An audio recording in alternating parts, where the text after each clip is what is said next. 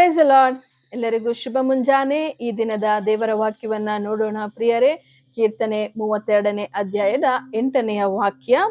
ಯೆಹೋವನು ನಿನ್ನನ್ನು ಉಪದೇಶಿಸಿ ನಡೆಯಬೇಕಾದ ಮಾರ್ಗವನ್ನು ತಿಳಿಸುವನು, ನಿನ್ನನ್ನು ಕಟಾಕ್ಷಿಸಿ ಆಲೋಚನೆ ಹೇಳುವೆನು ಅನ್ನುತ್ತಾನಲ್ಲ.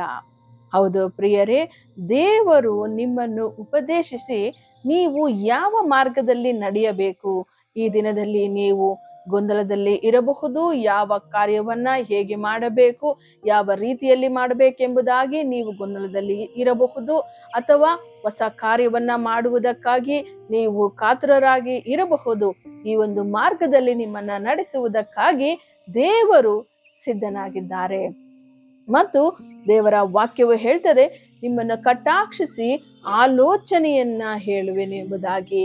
ನಿಮಗೆ ಬೇಕಾಗಿರುವಂತಹ ಆಲೋಚನೆಯನ್ನ ಸಕಾಲದಲ್ಲಿ ದೇವರು ಒದಗಿಸಿಕೊಡುವಾತನಾಗಿದ್ದಾನೆ.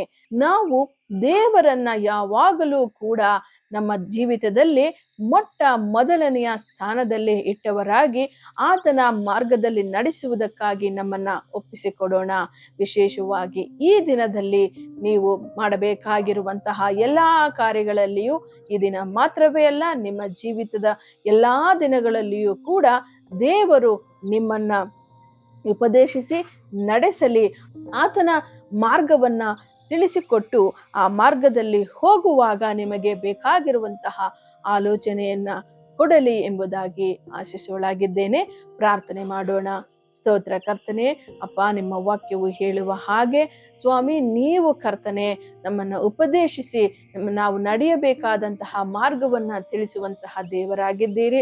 ಅಷ್ಟು ಮಾತ್ರವಲ್ಲ ಕರ್ತನೆ, ನಮಗೆ ಬೇಕಾಗಿರುವಂತಹ ಆಲೋಚನೆಯಿಂದ ನಮ್ಮನ್ನು ನಡೆಸುವವರಾಗಿದ್ದೀರಿ. ಅಪ್ಪ, ನಿಮಗೆ ಸ್ತೋತ್ರ. ಈ ಕಾರ್ಯಕ್ರಮವನ್ನ ನೋಡ್ತಿರುವಂತಹ ಎಲ್ಲಾ ನನ್ನ ಸಹೋದರ ಸಹೋದರಿಯರ ಜೀವಿತವನ್ನ ಕರ್ತನೆ ನಿಮ್ಮ ಮಾರ್ಗಗಳಲ್ಲಿ ನೀವು ಕರ್ತನೆ ನಡೆಸಬೇಕಾಗಿ, ಆ ಮಾರ್ಗದಲ್ಲಿ ನಡೆಯುವಾಗ ಅವರಿಗೆ ಬೇಕಾಗಿರುವಂತ ಆಲೋಚನೆಯನ್ನ ಸಕಾಲದಲ್ಲಿ ಕೊಟ್ಟು ಅಪ್ಪ, ನಿನ್ನ ಮಾರ್ಗಗಳಲ್ಲಿ ನಡೆಯುವಂತೆ ಪ್ರತಿಯೊಬ್ಬೊಬ್ಬರನ್ನ ಆಶೀರ್ವದಿಸು ಕರ್ತನೆ.